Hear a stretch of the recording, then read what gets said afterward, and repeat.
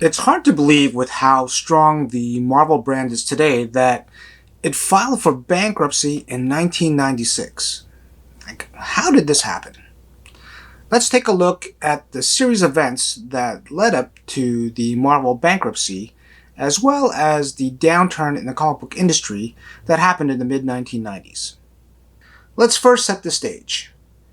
Throughout the 1970s and 1980s, Marvel was part of Cadence Industries, a conglomerate, which also had divisions that sold health products and magazines. By 1986, the company was in trouble and had to sell its divisions and sold Marvel Entertainment to New World Entertainment for around $46 million. Marvel had turned its business around at this point. In 1983, they had a $4.8 million loss, but then had profits of $336,000 in 1984, $5.1 million in 85, and nearly $6 million for the first 9 months of 1986. This was quite a turnaround for Marvel at that time, because in the 1970s up until the early 1980s, Marvel was losing money, and this was the case for a lot of other comic book publishers. By 1986, the entire comic book industry was starting to grow, and a lot of this was due to the emergence of the direct market, the comic book specialty store. In the mid-1980s, a lot of new people were getting into comic books, on the strength of the numerous quality comic books that were hitting the shelves at that time. There was a lot of new exciting talent that were working on comic books, new characters, and big events. It really was an exciting time if you were a comic book fan. So, how did comic book fans impact the comic book industry? Well, all of this new demand on comic books started to put an upward pressure on back issue prices. You started to see prices for certain comic books rise rapidly over a short period of time. For a long period of time, back issue prices were based on organic demand. The increase in back issue prices on titles like X-Men and the New Teen Titans was based on the quality of the titles. People just wanted to read the issues they had missed out on. And this was a time where publishers didn't reprint these comic books in collected formats. So the only way you could read these comic books was to buy the original older issues. Comic book sales had been on a steady rise, and Marvel was at the forefront with the greatest market share. In the late 1980s, though, something different happened. Speculation on comic books started to explode. And this is where collectors would buy multiple copies of a comic book, thinking they would increase in value and then sell them later for a profit. On January 6, 1989, Ronald Perlman's McAndrews and Forbes Holdings bought Marvel Entertainment from New World for $82.5 million. There would be a big shift in terms of how the business would be handled with the new owners and management. The purchase by Perlman would signal the start of a very explosive boom for Marvel. Now, going back to comic book speculation. Comic book speculation had existed for decades, but this time around, a lot more people were getting in on it with a lot more money. You started to see a quick rise on hot issues of recent back issues, even for comic books that came out only 6 months before. A lot of these increases were also fueled by price guide magazines that started to report these sales, most notably Wizard magazine. In 1990, Marvel published Spider-Man #1, written and drawn by Todd McFarlane. Sales were over 2.5 million copies, a record sale at that time. Despite the heavy ordering by comic book distributors and comic book stores, it sold out. In fact, it sold so well that there ended up being a second printing. This was the start of the buying craze bubble. Not only were comic book collectors in on this, but also retailers and distributors. At all three levels, people were ordering or buying a lot more comic books. Distributors and stores ordered many more copies in the belief they would all sell. Comic book collectors would also buy a lot more copies, believing they would increase in value. I mentioned Spider-Man sold over 2.5 million copies. This would easily be shattered by X-Force #1, penciled by Rob Liefeld in 1991. Marvel did something different with X-Force #1. They decided to include a different trading card with each issue and bag them. There were 5 different cards, so it was a sneaky way for Marvel to attempt to sell more copies to each collector. You can blame Ronald Perlman and the executive team at Marvel for starting to flood the market with these gimmicks to squeeze every dollar out of the buying public.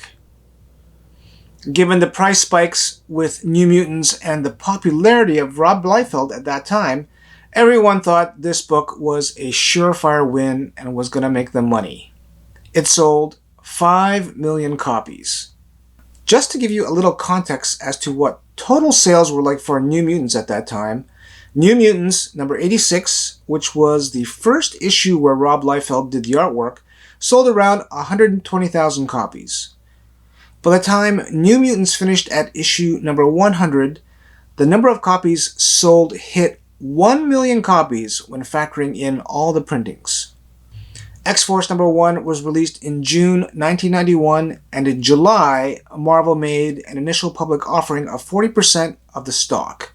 The timing could not have been more perfect, because in a few short months, another massive hit by Marvel would be released, with X-Men #1 with pencils by Jim Lee.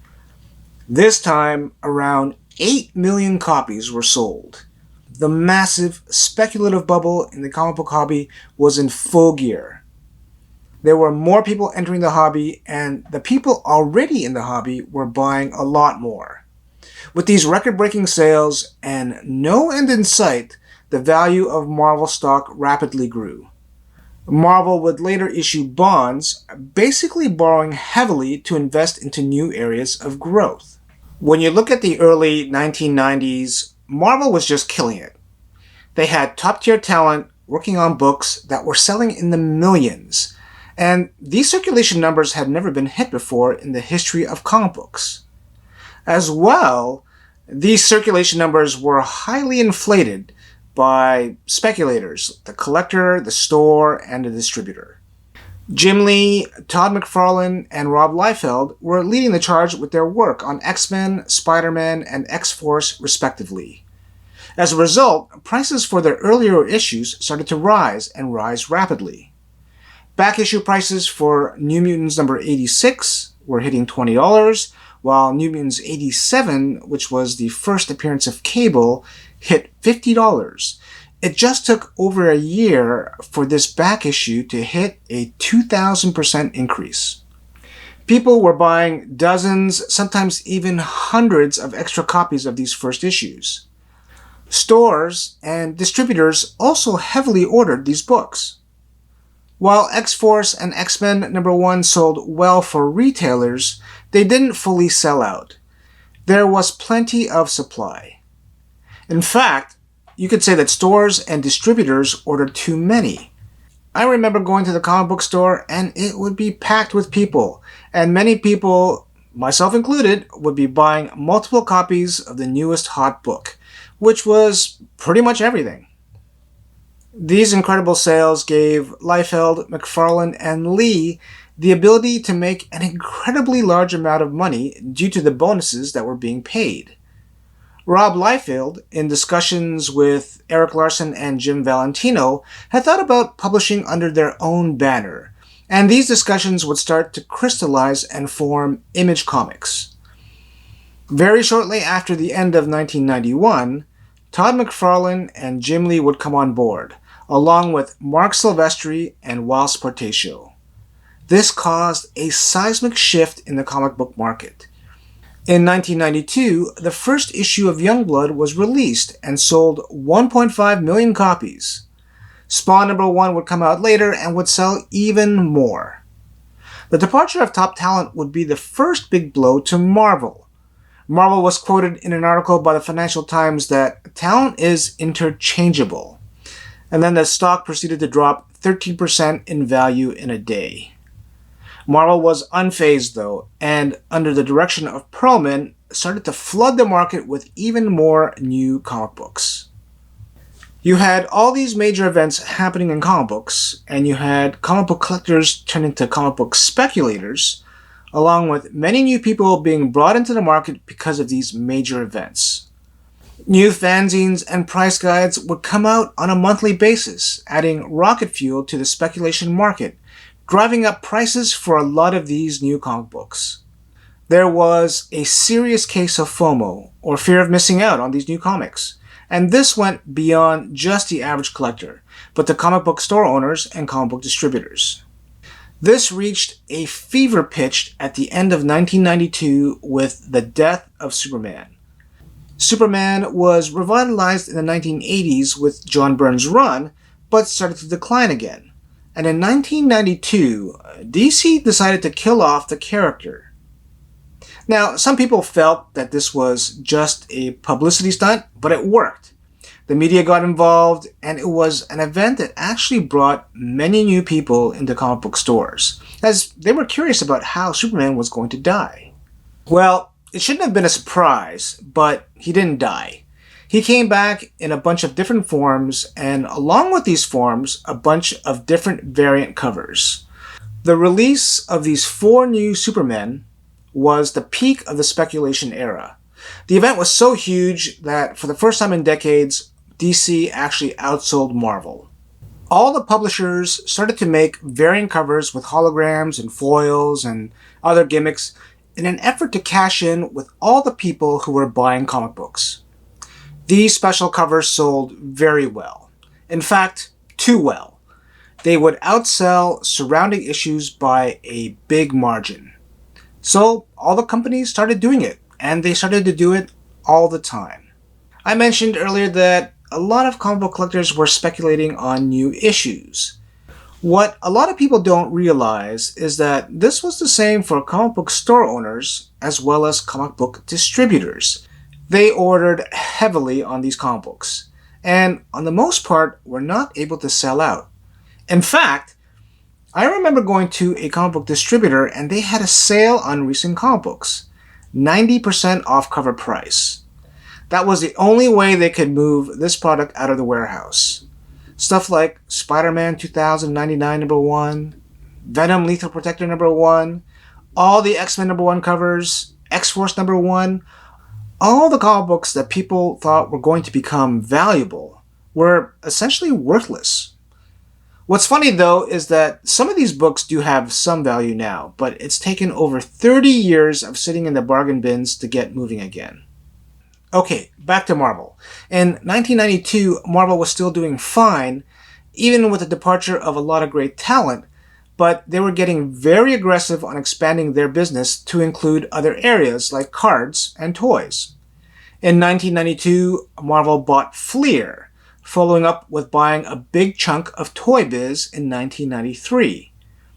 Marvel would follow up by acquiring Panini Group in 1994, and then another trading card company, Skybox International, in 1995. To finance these acquisitions, Marvel issued a lot of bonds to raise money. These aggressive expansion moves by Marvel would be another big mistake Marvel would make at that time. The most crucial mistake. The amount of debt Marvel accumulated by buying these companies would be too costly. Marvel was constantly borrowing against itself in the hopes it would be able to finance that debt through higher sales. While there was an initial explosion of sales, this would not last, as these increased sales were largely from speculators, not real growth through increased readership. During this time at Marvel, Tom DeFalco was the editor-in-chief, and he had a lot of pressure to continually increase their sales year to year from Ronald Perlman and the executive staff. So they kept on pushing a lot of products as well as increasing prices all the time. The final nail in the coffin would be the decision by Marvel to become the sole distributor of their own comic books with the acquisition of Heroes World Distribution. The thought was Marvel could increase their profits by doing this. At this time, there were several comic book distributors in North America who would wholesale comic books to retailers. This would end up being a huge mistake, as Heroes World didn't have the means to manage the distribution properly. This was a really dark period for many comic book store owners. Other large distributors would quickly align themselves with other publishers in order to survive. Capital distribution would be a big casualty in the comic book distribution wars. With no cash flow coming in with new titles to sell, they would just close up shop. And they would still have pallets loaded with cases of unsold product. Just how worthless was this product? Well, some of it would be used by firemen for training purposes. Yes, the only thing these were good for was to set on fire. By the end of 1995, Marvel was a bloated company with products they could not move through their supply chain. They could not make payments on those bonds they issued earlier, and things were looking really bad. Not only that, the quality of the comic books they were producing were not very good, or at least not very memorable. The comic book community was getting angry by the entire situation, the endless number of gimmick covers, and were leaving in droves. Sales started to decline, and the decline accelerated within a short period of time.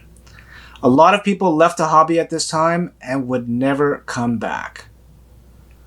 Marvel, behind the leadership of Ronald Perlman, was a big reason for the collapse at Marvel. Certainly, comic book speculators, stores, and distributors played their part in creating this bubble, and you can even say this collapse was inevitable. Marvel had an operating loss at the end of the year and laid off 275 employees in early 1996. Unable to recover from all the bad decisions they made, on December 27, 1996, the Marvel Group of companies filed for Chapter 11 bankruptcy protection. If you want to read a lot more grisly details, look out for this book, Comic Wars. This is a very deep dive into what happened at Marvel during this time period and the people involved. The two big figures were Ronald Perlman and Carl Icahn. And these two battled it out in the courts for a long period of time, and they both ended up losing badly. The rise and fall was pretty quick when you think about it, all within a few years. It's amazing to think of the recovery Marvel had on the account of the success it would have from the movies in the 2000s. As you may know, Marvel eventually recovered very well, and on the success of its films, sold to Disney for a staggering $4 billion in 2009. Quite a bit more than the $46 million paid by New World less than 25 years before. No doubt, one of the most fascinating eras in comic book history. There was a new golden age of comics where everyone was buying comic books, quickly followed by the dumpster fire era where these comic books were literally being set on fire. I certainly have a lot of mixed emotions with regards to this period of comic books. Like many other collectors, I got caught up in the speculation, and I bought many multiples of many of these first issues, like X-Force and X-Men #1, and honestly, like, I don't even know or remember how I got rid of a lot of this stuff, and maybe I blocked that out in my memory. I'd like to hear stories from you as well too. If you were a collector during that time, like, please leave your stories in the comments, as this was really an interesting period of time for many comic book collectors, like both good memories and bad memories, I'm sure. It really was an exciting period of time for comic books. There were a lot of people coming into stores. There was a lot of new talent coming into the industry, and with the bigger talent forming their own publishing company, Image Comics, as well as like new publishers coming into the forefront, like Valiant as well too. There were certainly a lot of interesting events and interesting comic books that were being published at that time. But there as well, there's a lot of junk, a lot of crap. And certainly a lot of this stuff you can still find for next to nothing in the bargain bins at a lot of stores. This is kind of the bookend to a series of videos I've been making about the comic book industry from years that I've been collecting, as well as years before. I do plan on making more of these kind of videos in the future, but maybe not so detailed. Well, we'll see how it goes. As you can guess, these kind of videos can take a fair amount of time to put together with a lot of the research I have to do, but I do find it a lot of fun and honestly very interesting. If you enjoyed this video and you haven't checked out some of my other videos in the series, you can check one out over here. Until next time, read and enjoy your comic books.